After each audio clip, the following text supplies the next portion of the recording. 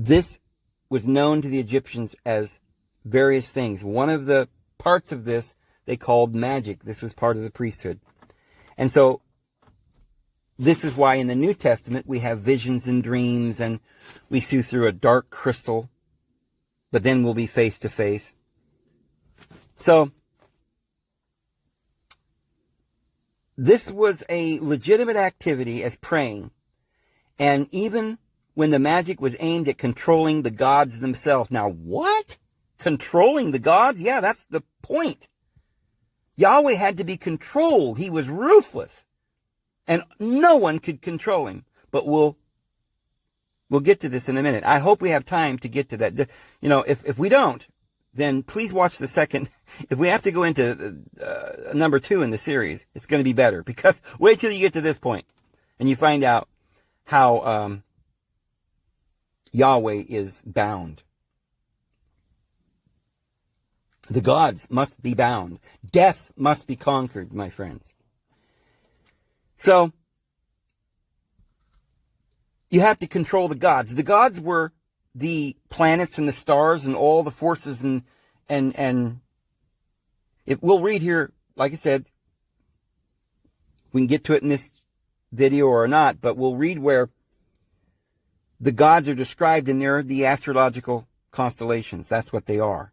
And we'll talk about how the battle was fought between Tiamat and Yahweh, and then later on Marduk. And it's very, very helpful to go back and understand the entire story from the beginning so that we understand who Jesus really is and whether or not we're really saved. Because we can't understand salvation.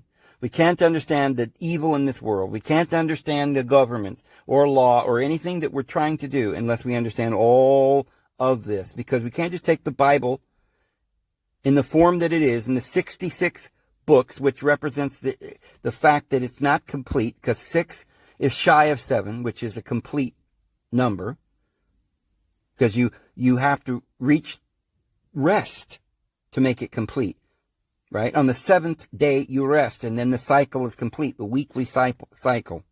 So time is complete when it gets to 7, but 6 is an incomplete number. And so Adam was made incomplete on the 6th day. So there were little distinctions for the ancient Egyptians between the magical and the religious practice. The concept of magic, Heka, was also intimately linked with the spoken and written word. See, it had to do with speaking. That's what the word magic means, or the word spell means to speak. That's what you do. You say positive affirmations. You command. Jesus taught us to these spells when he said, in his name we cast out devils. So the concept of this magic, the act of speaking a ritual formula, it was an act of creation. There's quite a few verses in our Bible itself and in Apocrypha where Jesus literally did this magic. In one of the Apocrypha books, Jesus creates a dove out of nothing in this magical incantation that's written in a Christian book that was from the 1st century. Or actually, I think the oldest manuscript we have that of that one is like in the 3rd century. But that's as old as just about as any of the books of the New Testament that we have. So there is a sense in which action and speech were one and the same thing. The magical power of the words extended to the written word. Hieroglyphic script was held to have been intended by the god Thoth. Thoth means thought. In Greek, they called him Logos, which is the mind or the expression, the words, the speaking of the thoughts. And so, written words conveyed the full force of the spell. This was even true when the text was abbreviated or omitted, as often occurred in the Book of the Dead scroll, Book of the Dead, particularly if accompanying images were present. The Egyptians also believed that knowing the name of something gave it power over it. So just knowing it, having its name. So we find in the New Testament where Jesus came to someone who was possessed of a demon and he said, "What is your name?" This is part of the ritual exorcism. Because if you can, but you will bind them by knowing their name, by understanding. Thus, the Book of the Dead equips its owner with the mystical names of the deities. There are 72, my friends. And you will encounter them in the afterlife, and you've got to have power over them to have eternal life. And this is why it has to do with our destiny, because we have to overcome them. Well, you see, we couldn't do it, so Jesus did it for us. He went down into hell, and he overcame and he wrestled the keys of life, the keys of death and Hades, away from him. And Ishtar, which in the Bible, her name is Mary Magdalene, and anciently she was also called Sophia. She's the one, her and her husband Jesus, who came and defeated the works of the darkness. And she went down into hell and got the tablets of destiny from Yahweh. But then she had to be rescued from hell by her husband. So they together redeemed mankind.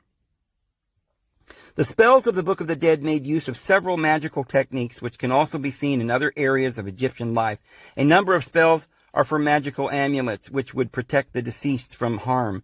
In addition to being represented on a Book of the Dead papyrus, these spells appeared on amulets wound into the wrappings of a mummy.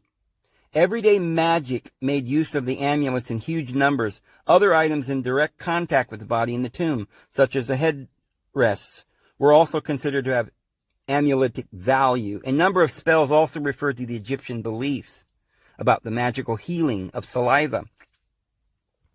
Almost every Book of the Dead was unique, containing a different mixture of spells drawn from the corpus of texts available. For most of the history of the Book of the Dead, there was no defined order or structure. In fact, until 1967, Paul Bargot's 1967 pioneering study of common themes between texts, Egyptologists concluded there was no internal structure at all. It is only from the Sate period, or the 26th dynasty, onwards that there is a defined order. The books of the dead from the Sate period tend to organize the chapters into 4 sections. Chapters 1 through 16, the deceased enters the tomb and descends to the underworld, and the body regains its power and movement of speech. So we're talking about astral bodies and other bodies. There's the ka and the ba. Now, because we don't have these teachings, we don't read this, and the Catholic Church didn't allow us. By the way, all the books that are attributed to Solomon, he was a pharaoh in Luxor. That's the temple of Solomon. Solomon wrote the book of Ecclesiastes and Proverbs. Yeah, that's where Proverbs chapter 8 talks about Sophia. And that book is word for word from the Book of the Dead, my friends, from Luxor. But we'll get into that. I've talked about that in other videos. So, the body regains its power and movement and speech. So we wouldn't know today anything about our astral body. Now, in modern times, we're learning about this because certain individuals have translated the Vedas and the Book of Thoth and the Book of the Dead and the Sumerian Tablet and all this stuff. So we're starting to learn about this. Explanation of the mythic origin of the gods and places, so that he may rise reborn with the morning sun. The deceased travels across the sky in the sun arc as one of the blessed dead. In evening, the deceased travels to the underworld to appear before Osiris. Now remember, Osiris is Jesus, guys. That's right. He was the one who was reborn from the dead, who defeated the darkness. In Sumerian, they call him Marduk. Chapters 130 through 189, having been vindicated, the deceased assumes power in the universe as one of the gods. Does it not say in your scriptures, my friends? The Apostle Paul tells us that we are going to become divine. The Apostle Peter says we will partake of the divine nature. Jesus himself says we are gods and the scripture cannot be broken. We're going to attain unto God. And we are heirs of God and joint heirs with Christ. But these teachings are not understood by Christians because they did not read all of the scriptures. One aspect of death was the disintegration of the various kipuru, or modes of existence. The ritual served to reintegrate these different aspects of being. Mummification served to preserve and transform the physical body into sa, an idealized form with the divine aspects. The Book of the Dead contains spells aimed at preserving the body of the deceased, which may have been recited during the process of mummification. The heart, which was regarded as the aspect of being, which included intelligence and memory, was also protected with spells. And in case anything happened in the physical heart, it was common to bury a jewel heart, scarab, with the body to provide a replacement. The ka, or the life force, remained in the tomb with the dead body and required sustenance from offerings of food, water, and incense in case priests or relatives failed to provide these offerings. You see, what Christians will read that. Many of you are right now turning off this, and you don't want to watch anymore. You've clicked off. I know. I understand.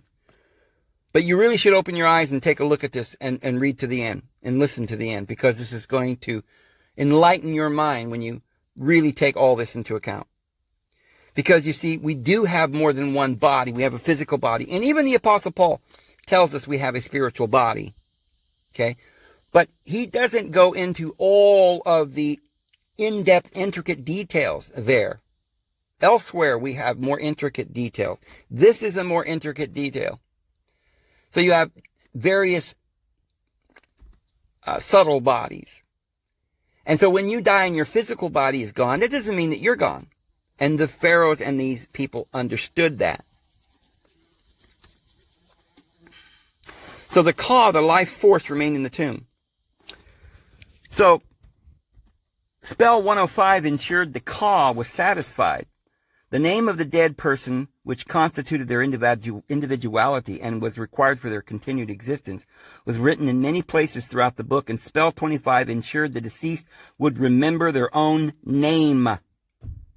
You see, you have to know the names of the gods you're trying to defeat, but you must not forget your own name, because you are a god, my friends. If you don't know that you're in Christ, then you can't defeat them, because you must have power in the name of Christ,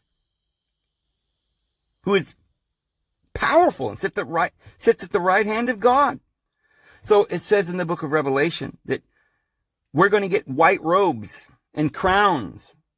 But before that, they're going to give us, with the white robe, a pebble with a new name written on that pebble that only the one who receives it will know. And this is book of Revelation is talking exactly the same, talking about the same information that we're reading here. You must be given a name. You must know the name. And we're promised to have victory over death, because Jesus went down there and conquered it. And now he comes up, and as a free gift, he gives us eternal life. So the Ba was the free-ranging spirit aspect of the deceased. It was the Ba, depicted as a human-headed bird, which could go forth by day from the tomb into the world. Spells 61 and 89 acted to preserve it. Finally, the shoot, or shadow of the deceased, was preserved by spells 91 and 92 and 188. If all these aspects of the persons could be variously preserved, remembered, and satiated, then the dead person would live on in the form of the Ak. And Ak was a blessed spirit with magical powers who would dwell among the gods.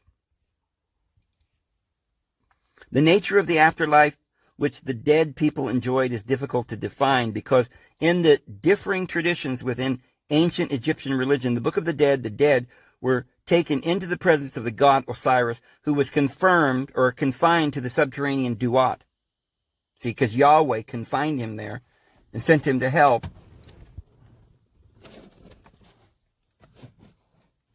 There is also spells to enable the Ba. But see, Jesus had the spell. He had the words. He had the power. He had a commandment that he received from his Father to lay down his life and take it up again. So there's spells to enable the Ba of the dead to join Ra. Ba, the Ka, and the Ra. The Ra is the light body. That is the divine being that dwells in you. And as he traveled the sky in his son Barak and helped him fight off Apep, as well as joining the gods, the Book of the Dead also depicts the dead living on the field or in the field of reeds. By the way, the word reed is in the Bible as well. And where it's translated that way, it's misleading because it really is not reeds at all. This is a field. There's no reeds in the field. Reeds are usually in the water. This, they translated a reed because it means some sort of stalk of, some sort of vegetation, or we should say, that grew in a field. And the name of that reed is Cana. And it's where we get the word cannabis. And so it was a good place, a place of eternal life. It was paradise. We're told in the Sumerian tablets that the tree of life is actually cannabis. And they show pictures of it in the stone tablets with a leaf that has the 7 petals or the 7 points, which is the cannabis leaf when it matures. It starts off with 3 and then it goes to 5 and then goes to 7. But a mature cannabis leaf is 7 points. And so it's depicted in the cuneiform as the tree of life.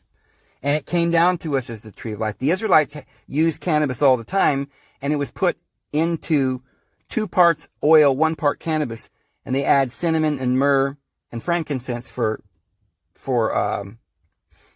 the perfume, but it was made into an oil that you anointed people with. You anointed the top of their head, the top of their chakra, and it ran down the whole body. And they also smoked the incense in the tent, and it was cannabis that they smoked.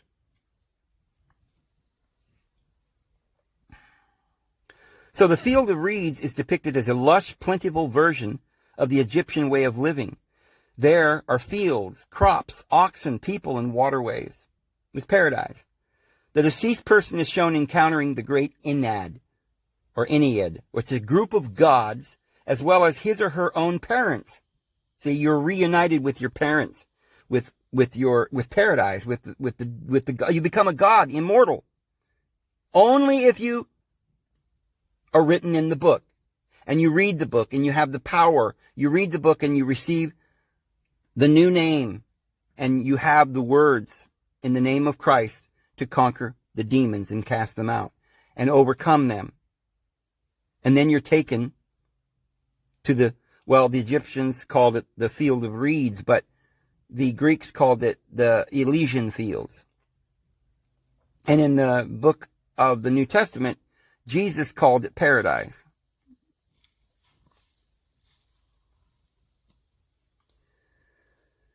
While the depiction of the field of reeds is pleasant and plentiful, it is also clear that manual labor is required. For this reason, burials included a number of statuettes named Shabbati, or later Ushabiti.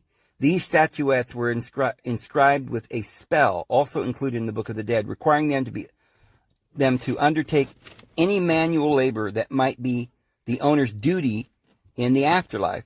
It is also clear that the dead not only went to a place where the gods lived, but that they acquired divine characteristics. They themselves, in many occasions, the deceased, they are mentioned as Osiris in the Book of the Dead. The path of the afterlife, as laid out in the Book of the Dead, was a difficult one. The deceased was required to pass a series of gates, caverns, and mounds guarded by supernatural creatures. These terrifying entities were armed with enormous knives and are illustrated in grotesque forms. We have to overcome the dragon. Typically as human figures with the heads of animals or combinations of different ferocious beasts.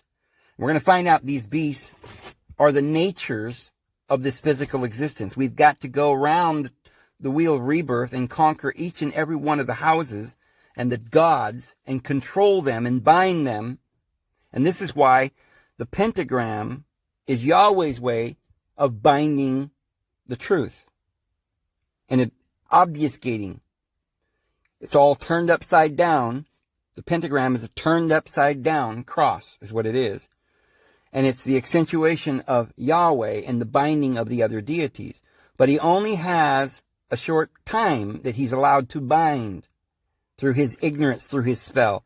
But it was Jesus who bound Satan through love and then gave us that authority so that now we, in turn, will conquer him.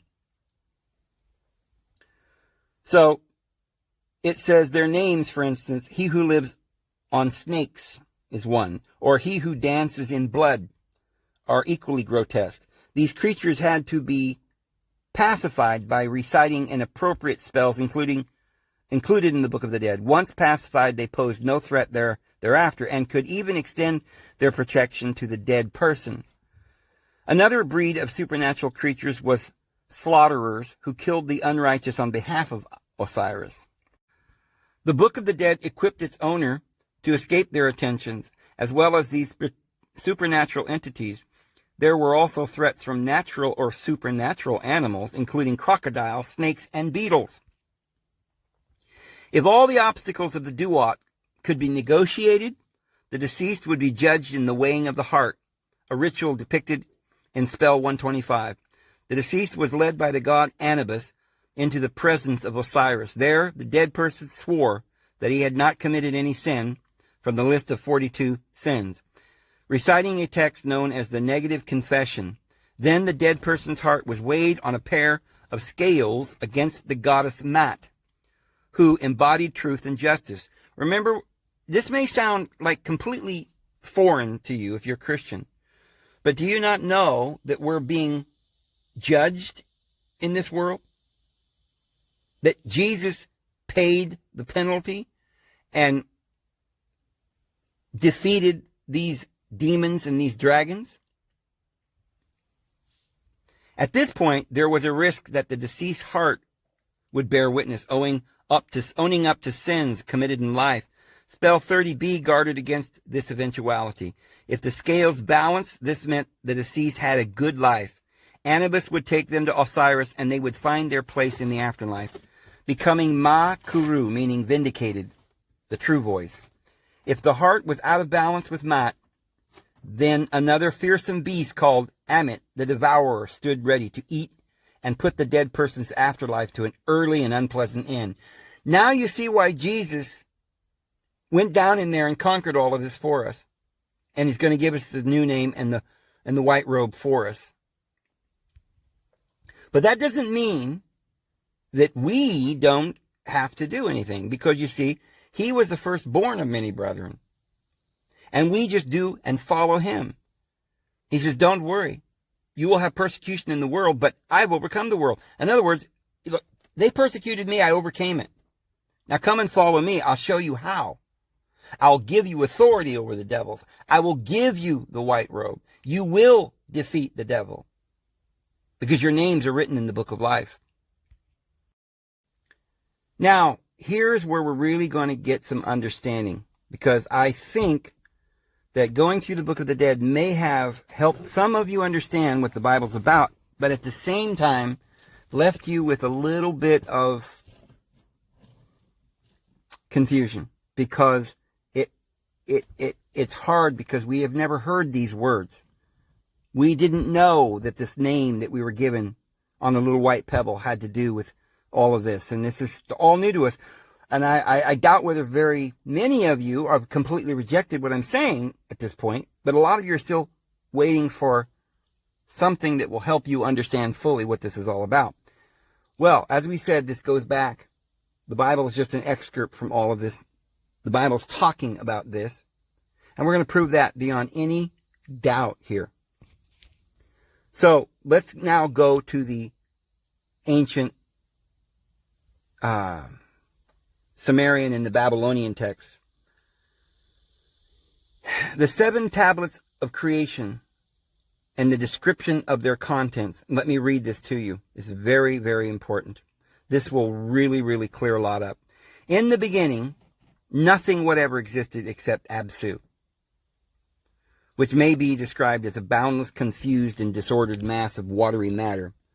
How it came into being is unknown. Out of this mass, there were evolved 2 order of beings, namely demons and gods.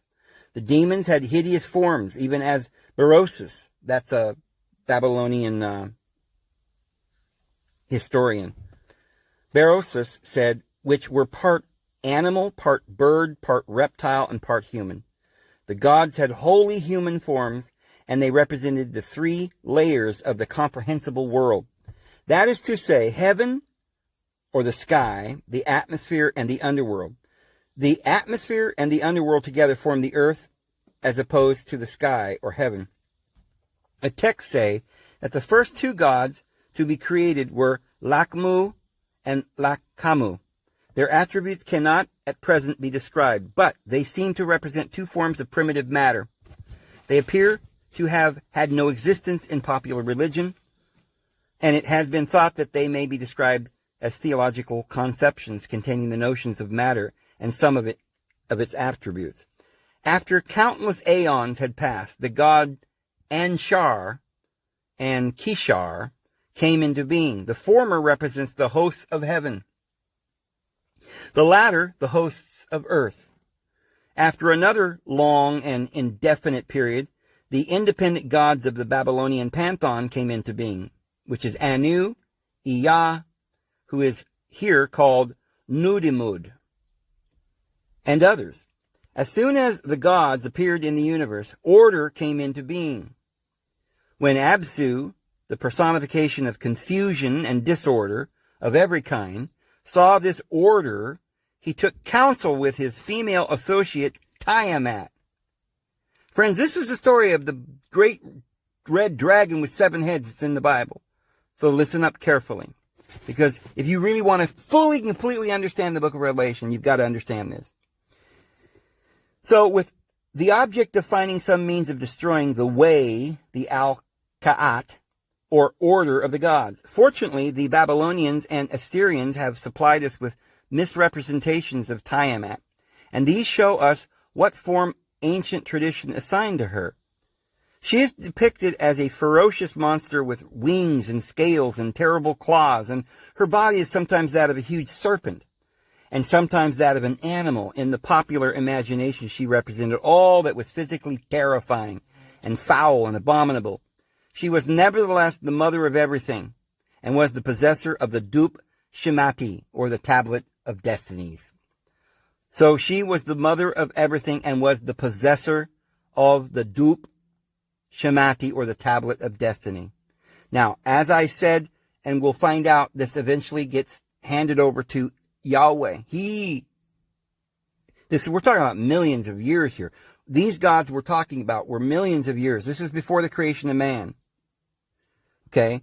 So, originally, the fate or the destinies of the universe was in the hands of Tiamat, this dragon. The Tablet of Destiny. No description of this tablet or its contents is available. This is the same that we've been talking about, the Book of the Dead or the Book of Life, or How to Overcome, or the Destinies, or the Fates, the Book of Fates. So, we don't have a description, but from its name we may assume that it was sort of a Babylonian Book of Fate. Theologically, Tiamat represented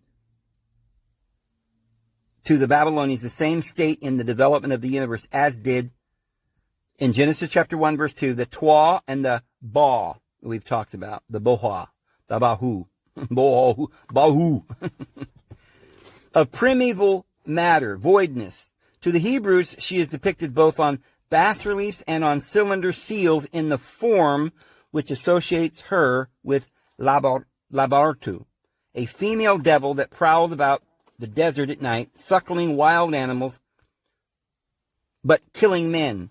And it is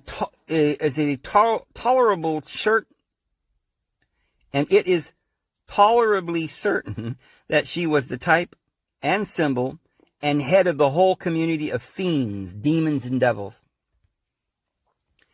In consultation which took place between Absu and Tiamat, their messenger Mu took part of the history of and attributes of this last named god. Nothing is known. The result of the conclusion was that a long struggle began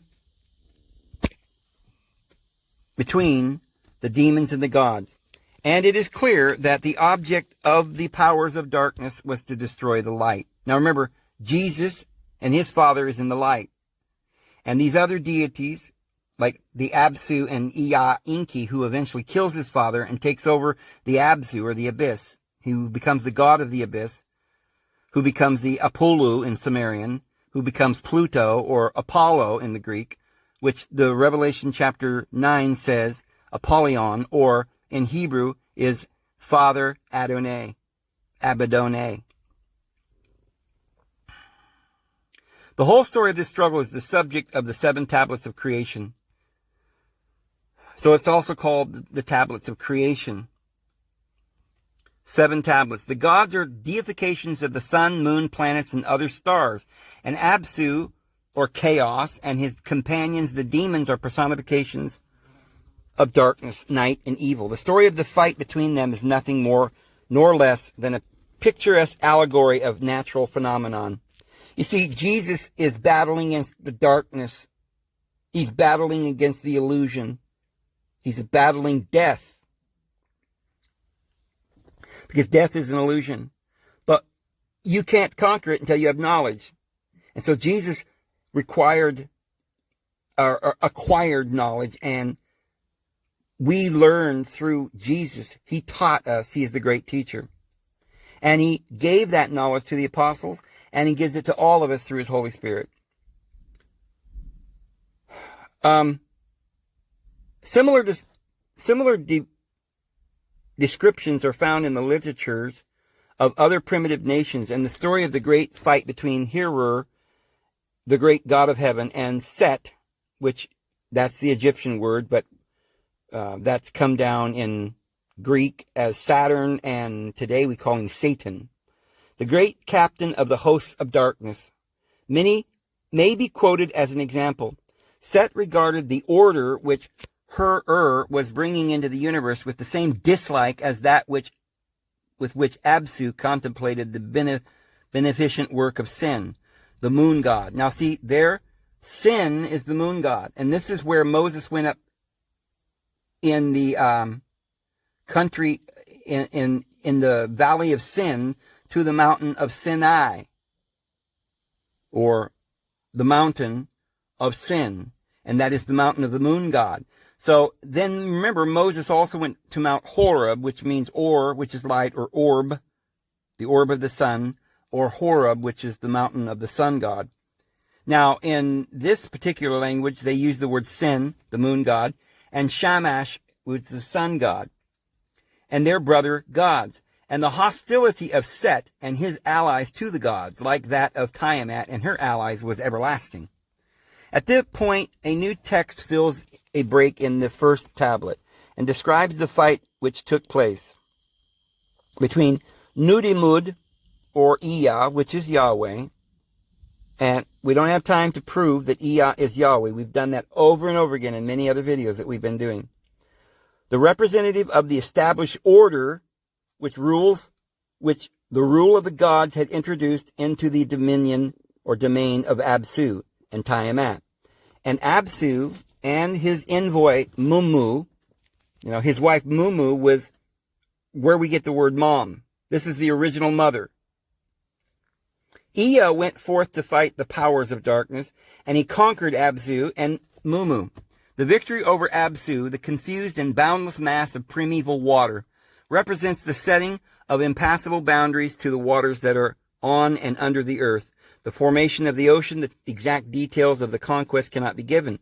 But we know that Ea was the possessor of the pure or white or holy incantation, and that he overcame Absu and his envoy by the utterance of a powerful spell.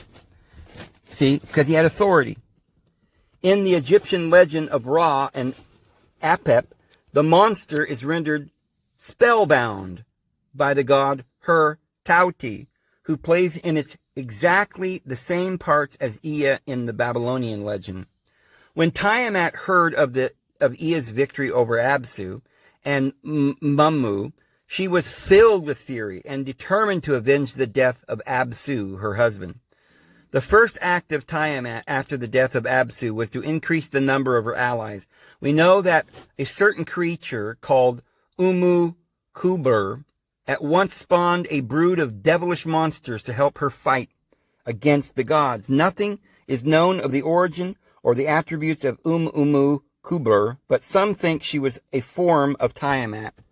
Her brood probably consisted of personifications of mist, fog, cloud, storm, whirlwinds, blithing and destroying powers which primitive man associated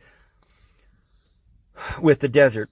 An exact parallel of this brood of devils is found in the Egyptian mythology, where the allies of Set and Apep are called Misu Bitchit. Somebody's going batshit here. I don't know. Spawn of impotent revolt. They are depicted in the form of serpents, and some of them became the 9 worms of Amunti.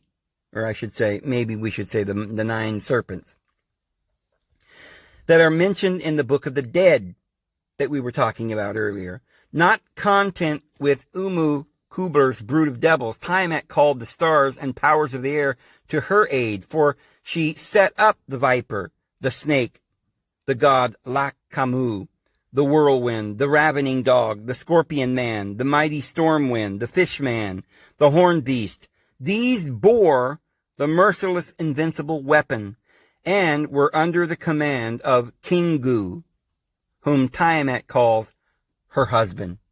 Kingu is where we get the word king, the ruler of this disorder of government and law, because they held the tablets of destiny and the key to your soul, and they caused the death that upon all of us. So Tiamat had 11 mighty helpers besides the devil spawned by Umu Kubur. We may note in passing that some of the above-mentioned helpers appears among the 12 signs of the zodiac, which Marduk set up after his conquest of Tiamat. So Marduk sets up another 12 deities. Same story in the Greek. Zeus conquers Kronos, his father, Tiamat, and opens it up and brings out the Titans and conquers the other gods and throws them into darkness. Well, this is what is happening here, because after his conquest of Tiamat, the scorpion man, the horned beast, etc., this fact suggests that the first zodiac was set up by Tiamat. This corresponds also with the Gnostic teachings, the Apocryphon of John, which says that there were two Elohims. One that was established before, in the ancient times, before, by Tiamat, and another group of 12 that are, like it says in the Bible, Jesus chose 12, and 72 also, which is also the 72 deacons, which we'll get to. So Tiamat, who with her 11 helpers formed the 12 signs. Certain stars may date from that period. That the Babylonians regarded the primitive gods as powers of evil is clear. The original 12 Elohim were evil. And that's clear from the fact that Lakamu, one of the them, is enumerated among the allies of Tiamat. The helpers of Tiamat were placed by her under the command of a god called Kingu, who is Tammuz. He was the counterpart or equivalent of Anu, the sky god, in the kingdom of darkness. For it is said in the text, Kingu was exalted and received the powers of Anu. He possessed the same power and attributes of Anu. When Tiamat appointed Kingu to be her captain, she received over him a certain spell, or recited a certain spell, or incantation, and then she gave him the tablet of destiny.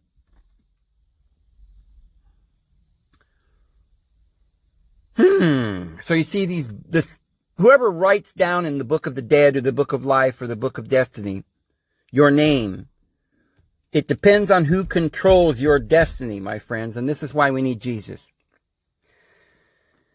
Fastened it to his breast, saying, whatsoever goeth forth from thy mouth shall be established. Remember what Yahweh says? Whatever word that goes forth from my mouth shall not go forth without accomplishing for that for which I've intended it. So Yahweh was very, very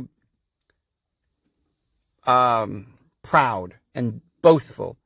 And he believed that he was the only God. And he believed he could do whatever he wanted. And so it says, armed with all the magical powers conferred upon him by this tablet, and heartened by all the laudatory epithets which his wife Tiamat heaped upon him, Kingu went forth at the head of the devils. When Ea heard that Tiamat had collected her forces, so when Yahweh heard that his mother Tiamat, remember, that's his mother, Yahweh's mother is Tiamat. Tiamat was his mother. He came along afterwards. Yahweh's not as old as Tiamat or Abzu, but he conquered Abzu, and he conquers some of these earlier deities.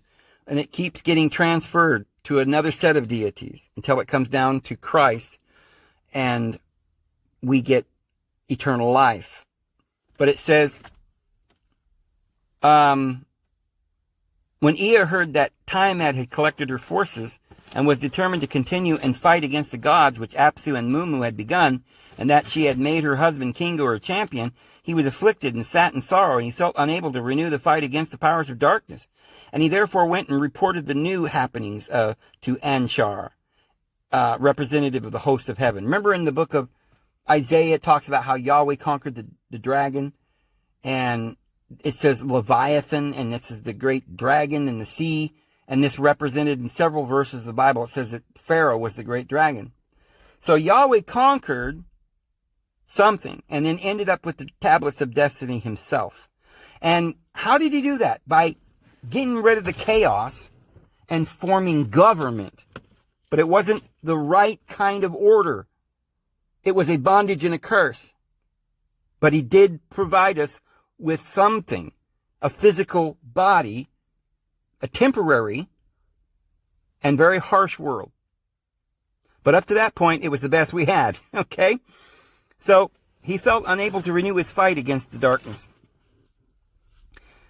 And he therefore went and reported the new happenings to Anshar, which is the hosts of heaven, representative of the hosts of heaven, and it said that, and took counsel with him. When Anshar heard the matter, he was greatly disturbed in mind and bit his lips, for he saw that the real difficulty was to find a worthy antagonist for Kingu and Tiamat. A gap in the text here prevents us from knowing exactly what Anshar said and did. But the context suggests that he summoned Anu, the sky god, to his assistance. Then, having given him certain instructions, he sent him on an embassy to Tiamat with the view of conciliating her. Conciliating her. That's it. That's the ticket. When Anu reached the place where she was, he found her in a very wrathful state, and she was muttering angrily. Anu was so appalled at the sight of her that he turned and he fled. It is impossible at present to explain this interlude or to find any parallel to it in other ancient Oriental literature. When Anu reported his inability to deal with Tiamat, a council of the gods was called. And Ea, or Yahweh, induced his son Marduk to be present. We next find Anshar and converse with the god Marduk, who offers to act as the champion of the gods and to fight Tiamat and her allies. Marduk, being a form of the sun god, the greatest of all the powers of light, thus becomes naturally the protagonist of the gods and the adversary of Tiamat. Now, the Bible talks about the adversary, but that's our adversary. But who is the devil's adversary? Marduk. And so he and the adversary of Tiamat and her powers of darkness. Then Anshar summoned a great council of the gods, who forthwith met in a place called Upshu Kin Aku, which may be described as the Babylonian Olympus. See, this is the same story of the Olympians and Zeus and all that. It was all important, same stories in the Bible. It was all important for Marduk to appear at the council of the gods before he undertook his task, because it was necessary for him to be formally recognized by them as their champion. He needed to be endowed by them with magical powers. So you see, he was given that power by all the gods. That's why he was able to do it and Anu wasn't. But Anu commissioned him to do it and then gave him the power to do it. Because Anu is heaven, the God of heaven, and the father of the gods here in the Sumerian tablets in the Babylonian. And so, he needed to be endowed. The primitive gods Lakmu and Lakamu and the Igi, now this is where we start coming down to these deities that were kind of like giants who were commissioned to work on the earth. This is before mankind was made. They end up getting mad because they don't want to work so hard, and they, Marduk creates man. Now, he says, who may be regarded as star gods were also summoned. A banquet was prepared, and the gods attended. And having met and kissed each other, they sat down and ate bread and drank hot and sweet sesame wine. That sounds good. Sesame wine. I'd like to try some of that. I wonder what that is. That's a real thing. The fumes of the wine confused their senses, but they continued to drink, and at length their spirits were exalted. Wow, sounds like pretty good wine. They appointed Marduk to be their champion officially, and then they proceeded to invest him with the power that would cause every command he spoke to be followed immediately by the effect which he intended it to produce. Next, Marduk, with the viewing of testing the new power which he had been given, commanded a garment to disappear, and it did so. And when he commanded it to reappear, it did so. In his right hand he holds a tree, and in his left, with a serrated edge, I think that would probably, you could imagine that word that's missing is sword, with a serrated edge. Above the horizon is a goddess who holds in her left hand an ear of corn. And on the right, the ear of corn is the virgin. She's always got the ear of wheat or corn. That's the Virgin Mother. And so, on the right is a god who seems to be setting free a bird from his right hand. Round him is a river with fish in it. Remember how you always see Ea Enki in the hieroglyphs and the cuneiform, and he's got this river going around his back of his shoulders and there's fish going around him. And he had this mitre, this fish hat on, Dagon hat. So behind him, so what we're talking about is astrology. We're talking about the astrological signs in the sky, the gods. And at one time, these gods ruled. The carnal nature ruled us. This was even before man at this point. The whole nature of the universe was violent and carnal and animalistic in nature and ferocious and carnivorous. And so under his foot is a young bull. This is Taurus. To the right of the goddess stand a hunting god. That's Orion, the hunter, with a bow and a lasso. And a lion, which is Leo, from the seal. Now that's the four gods that make up the cherubim that stand before the God of the whole earth and around his throne. And that's from the seal cylinder of Adda in the British Museum. That's 2,500 years before Christ. This is before the Bible. This was where the Bible got the information. Then the gods saluted him as their king and gave him the insignia of royalty, namely the scepter, the throne, and the pala, whatever that may be. And as they handed to him these things, they commanded him to go and hack the body of Tiamat in pieces, and to scatter her blood to the winds. Thereupon Marduk began to arm himself for the fight. He took a bow, a spear, and a club. He filled his body full of fire and set lightning before him. He took in his hands a net wherewith to catch Tiamat, and he placed the four winds near it to prevent her from escaping from it when he had snared her.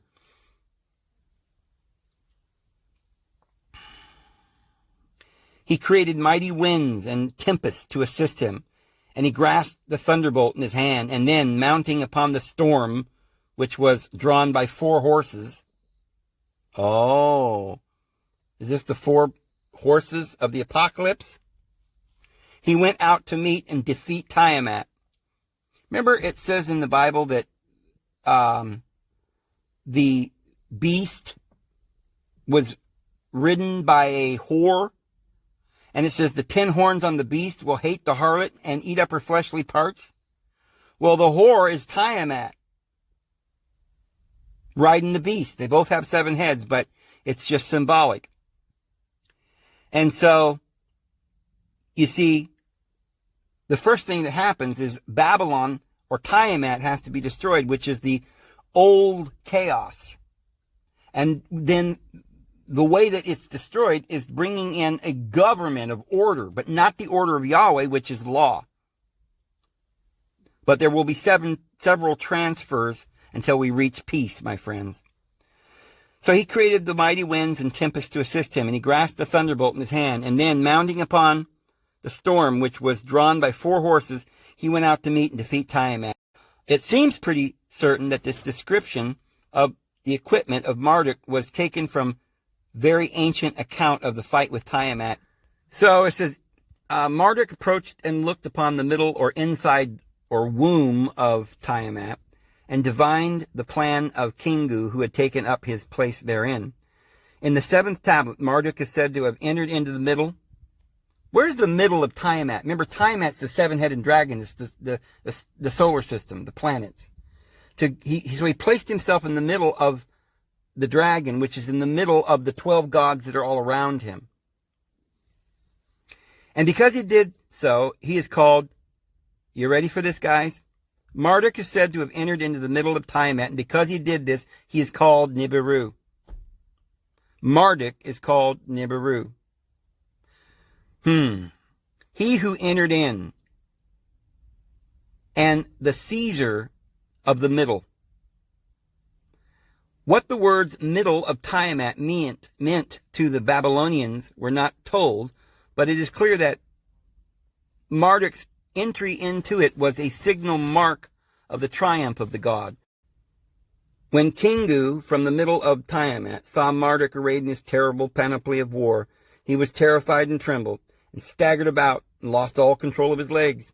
And at the mere sight of the god of all other fiends and devils were smitten with fear, and reduced to helplessness. Tiamat saw Marduk, and began to revile him, and when he challenged her to battle, she flew into a rage and attempted to overthrow him by reciting an incantation, thinking that her words of power would destroy his strength. Her spell had no effect upon the god, who at once cast his net over her.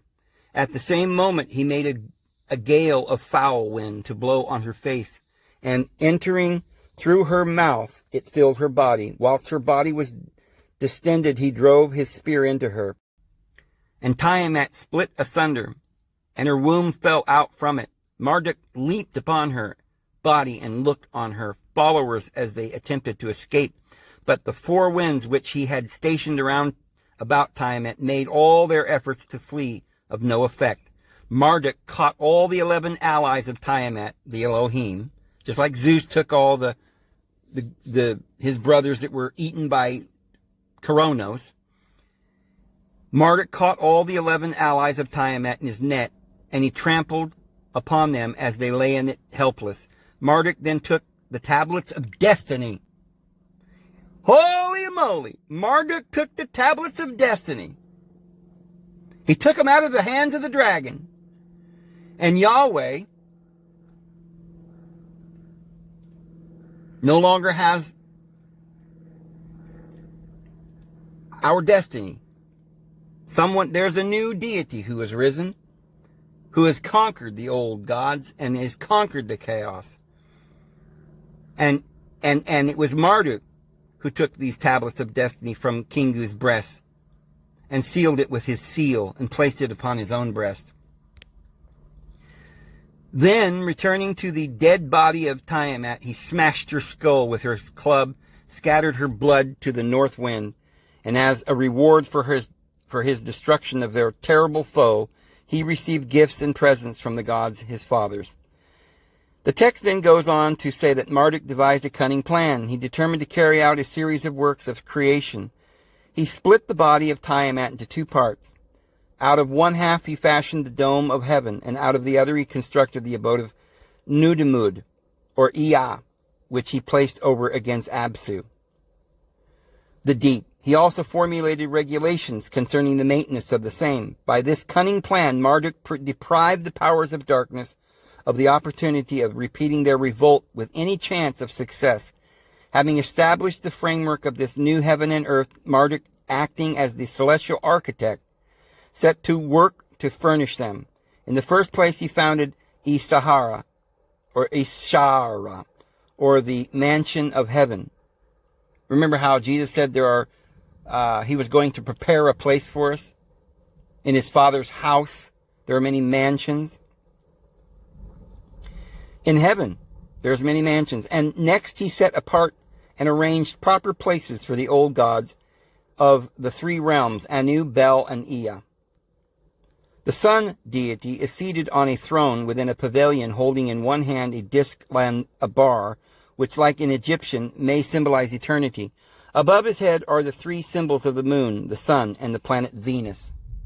Those were the three most important of the shining objects in the sky, the sun and the moon and Venus. On a stand in front of the pavilion rests a disc of the sun, which is held in position by ropes grasped in the hands of two divine beings who are supported by the roof of the pavilion. The pavilion of the sun god stands on the celestial ocean, and the four small discs indicate either the four cardinal points or the tops of the pillars of the heavens. The three figures in front of the disc represent the highest priest of Shamash, or the sun, the king Nabu Aplu. Aplu is a polio, and an attendant goddess. And Nabu was sometimes said to be the god of the underworld like Hades. Sometimes it was Aplu. Or sometimes Adonai or Idini here. And that was around 870 BC. And the attendant goddesses. The next of the fifth tablet, which would undoubtedly have supplied details as to Marduk's arrangement and regulations for the sun and the moon and the stars. Remember, Elohim had, remember there was the first verse of Genesis chapter 1, in the beginning, Elohim created the heavens and the earth. And the next verse is the earth was void and empty. How could that be? Well, they had to recreate, and then they said replenish the earth. So there's been several reorganizations of the world. But at this time, human beings were made. This last particular time. And this is where the regulations for the sun and the moon, the stars were made, and the signs of the zodiac and the heavens is wanting. The prominence of the celestial bodies in the history of creation is not to be wondered at, for the greater number of the religious beliefs of the Babylonians are grouped round them. Moreover, the science of astronomy had gone hand in hand with the superstition of astrology in Mesopotamia from time immemorable, and at a very early period, the oldest gods of Babylonia were associated with the heavenly bodies. Thus, the Anunnaki and the Igigi, who are bodies of deified spirits, were identified with the stars of the northern and southern heaven, respectively. And all the primitive goddesses coalesced and were grouped to form the goddess Ishtar, who was identified with the evening and morning star, or Venus. The Babylonians believed that the will of the gods was made known to men by the motions of the planets, and that careful observation of them would enable the skilled seer to recognize in the stars favorable and unfavorable portents, such as observations treated from the magical point of view, formed a huge mass of literature which has been added to continually. From the nature of the case, this literature enshrined a very considerable number of facts of pure astronomy, and as early as the period of the first dynasty, about 2000 BC, the Babylonians were able to calculate astronomical events with considerable accuracy and to reconcile the solar and lunar years by the use of epigomenal months. They had by that time formulated the existence of the zodiac and fixed the stations of the moon and the places of the planets with it, and they had distinguished between the planets and the fixed stars. In the 5th tablets of creation, series 1 and 2, the signs of the zodiac are called Lamashi, but unfortunately no list of their names is given in the context. Now these are supplied by the little tablet of the Persian period, of which reproduction is here given. It has been referred to and discussed by various scholars, and its importance is very great. See, we get information about all this ancient stuff from various places because in some places it's been lost. So we don't have everything from Babylon. We don't have everything from the Bible. But sometimes we got to go to the Persian writings, or sometimes the Babylonian, or the Egyptian, or the Greeks. But all of it's there and it all harmonizes.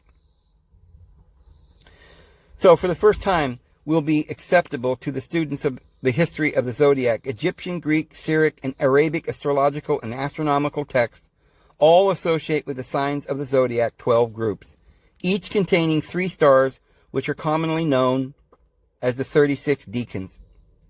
Remember, Jesus chose 72, the deacons. The text of line 4 of the 5th tablet of creation series proves that the Babylonians were acquainted with these groups of stars, for we read that Marduk set up for the 12 months of the year 3 stars apiece in the list of the signs of the zodiac here given. It will be seen that each sign is associated with a particular month. At a later period, say about 500 BC, the Babylonians made some of the gods regents of the groups of stars, for Enlil ruled 33 stars, Anu 23 stars, and Ea 15 stars. Remember, it's Yahweh, or Satan the devil, that has a third of the stars in his tail. And that means 2 different things. First of all, it's talking about the 200 angels that fell and had relations with the daughters of men out of the 600 that were the watchers. And that's how Enoch and some of the Sumerian tablets explain it. But it's also true that there were these certain constellations, and the dragon did control a third of the sky in the night sky. He did not control the heavenly sky where the sun rose in the blue sky, and that was heaven. But the abyss that you read about, whether it's in the Bible or in the Sumerian tablets, that abyss, or the Absu, that Yahweh became the ruler of, the God of this world, he was the God of the Absu, or the abyss, or the darkness. And the stars, which are the wandering stars, that are, to whom is reserved the darkness of the blackness forever and ever, according to the book of Jude. Such lists were probably based upon very ancient documents and proved that the astral element in Babylonian religion was very considerable. The accompanying illustration, which is reproduced from the boundary stone of the reading Marduk, supplies much information about the symbols of the gods and the signs of the zodiac in the reign of Nebuchadnezzar, first kings of Babylon, about 1120 BC. Thus, in Register 1, we have the Star of Ishtar, the crescent of the moon god Sin, and the disk of Shamash, or the sun god. In Reg 2 are 3 stands surmounted by tiaras, which represent the gods Anu, Enlil, and Ea. In 3 are 3 altars, or shrines, with the monsters in Nos 1 and 2. Over the first is the lance of Marduk.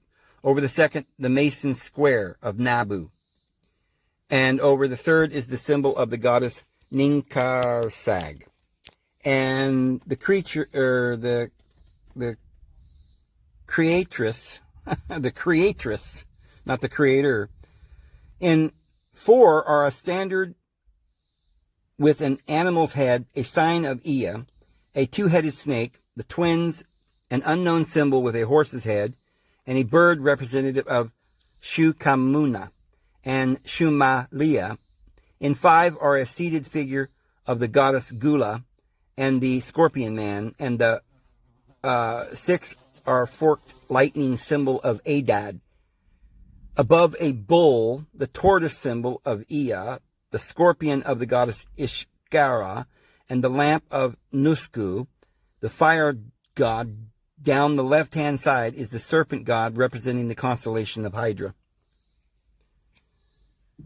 The mutilated text of the 5th tablet makes it impossible to gain further details in connection with Marduk's work in arranging the heavens. We are, however, justified in assuming that the gaps in it contain statements about the grouping of the gods into triads. In royal historical inscriptions, the kings often invoke the gods in 3s, though they never call any one 3 a triad or a trinity, but it seems as if this arrangement of gods in 3s was assumed to be of divine origin. In the 4th tablet of creation, one triad, Anu, Bel, Ea, is actually mentioned, and in the 5th tablet, another is indicated, Sin, Shamash, Ishtar. In these triads, Anu represents the sky or heaven, Bel or Enlil, the region under the sky, and including the earth, Ea, the underworld. Sin, the moon, Shamash, the sun, and Ishtar, the star Venus. When the universe was finally constituted, several other great gods existed. Nuska, the fire god, Enurta, a solar god, Nergal, the god of war and handcrafts, Nabu, the god of learning, Marduk of Babylon, the great national god of Babylon, and Ashur, the great national god of Assyria. When Marduk had arranged heaven and earth and established the gods in their places, the gods complained that their existence was barren because they lacked worshippers at their shrines and offerings. To make a way out of this difficulty, Marduk devised another cunning plan and announced his intention of creating man out of blood and bone. Dami isi mtum. We have already quoted the statement of Berosus, the Babylonian historian, that man was created out of the blood and the god mixed with earth. Here then is the authority for his words. Marduk made known to Ea his intention of creating man. And Ea suggested that if one of the gods were sacrificed, the remainder of them should be set free from service, presumably to Marduk. Thereupon Marduk summons a council of the gods and asks them to name the instigator of the fight, in which he himself was the victor. In reply, the gods named Kingu, Tiamat's second husband, whom they seized forthwith and bound with fetters and carried to Ea. And then, having inflicted punishment upon him, they let his blood, from Kingu's blood Ea fashioned mankind for the service of the gods. So here it is that Ea fashioned mankind. Yahweh, as it says in the Bible, in chapter 2 of Genesis, fashioned from the earth, formed Adam from the dust of the ground. Now, among the texts which have been found, but you notice there, it mentions that Marduk has something to do with the creation of man as well. And in the Egyptian, it talks about Thoth. And the Sumerian talks about Thoth, or talks about him, gives him the name there of Niningsida, who was the one who put the tree of life in the garden. The two trees, which is the two strands of DNA that give us eternal life, which is the very branch who is the Christ, the anointed one. He gave us of his own life to give us eternal life. And we talked about that the other day. So, when the temple was finished, Marduk reenacted the scene of creation. For as he had formerly assigned to each god his place in the heavens, so now he assigned to each god his place in Sagilia. The tablet ends with a long hymn of praise, which the Anunnaki sang to Marduk. See, this Anunnaki is the sons of Anu, the sons of the gods, and describes the summoning of an assembly of the gods to proclaim ceremonially the great 50 names of this god. Thus, the gods accepted the absolute supremacy of Marduk. From the above, it is clear that a dispute broke out between Marduk and the gods after he had created them, and the tradition of it has made its way into the religious literatures of the Hebrews. Syrians, Arabs, Copts, the Coptic Egyptians, and the Abyssinians, which is down in Abyssinia, is down by Sudan and Ethiopia. By Ethiopia. The cuneiform text tells us nothing about the cause of the dispute, but tradition generally ascribes it to the creation of man by the supreme God. And it's probable that all of the apocryphal stories which ascribe the expulsion from heaven of the angels who contended against God under the leadership of Satan, or Sataniel, or Iblis, are derived from a Babylonian original which has not yet been found. The 50 names, or the laudatory epithets mentioned above, find parallels in 75 praises of Ra, sung by the Egyptians under the 19th dynasty, and in the 99 beautiful names of Allah, which are held in such great esteem by the Mohammedans. The respect in which the 50 names were held by the Babylonians is well shown by the work of the epilogue on the 7th tablet, where it is said, "Let them be held in remembrance. Let the first comer, any and every man, proclaim them. Let the wise and the understanding consider them together. Let the father repeat them and teach them to his sons. Let them be in the ears of the herdsman and the shepherd." The object of the writer of the 50 names was to show that Marduk was the Lord of the gods. That the power, see, not Yahweh. Marduk is the Lord of the gods. That their power, qualities, and attributes of every god were enshrined in him, and that they all were merely forms of him. This fact is proved by the tablet, which contains a long list of gods who are equated with Marduk in his various forms. So anyway, guys, I'm going to probably stop there. I think this has been enlightening. I wish we could talk about this a little bit more, but we certainly have found out that the war of the gods is real, and that Jesus Christ is battling and is the winner and has defeated them all, and he loves you, and your name is written in the book of life from the founding of the world. I'm going to go ahead and go, guys. We'll see you tomorrow. Have a good one.